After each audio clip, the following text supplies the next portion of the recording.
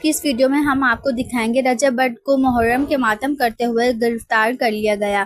Police ने किस तरह रजब भट्ट को घसीटते हुए लेकर गए और ये मनाजिर सोशल मीडिया पर तेजी से वायरल हो रहे हैं।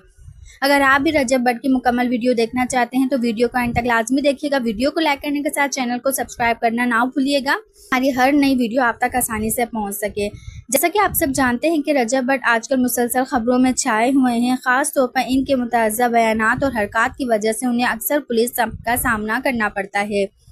अब हाल ही में इनकी एक वीडियो सामने आई जिसमें देखा जा सकता है कि रजब भट्ट को मातम के दौरान गिरफ्तार कर लिया गया। कुछ लोगों का कहना है कि रजब भट्ट ने बेहुदा तरीके से मातम किया, जंजीरों से मातम किया, जिसकी वजह से पुलिस ने उन्हें गिरफ्तार कर लिया। और कुछ लोग कह रहे हैं कि रजब भट्ट का मातम करते हुए बुरा हाल हो गया था, इसी वजह से पुलिस उनको वहां से ले गई।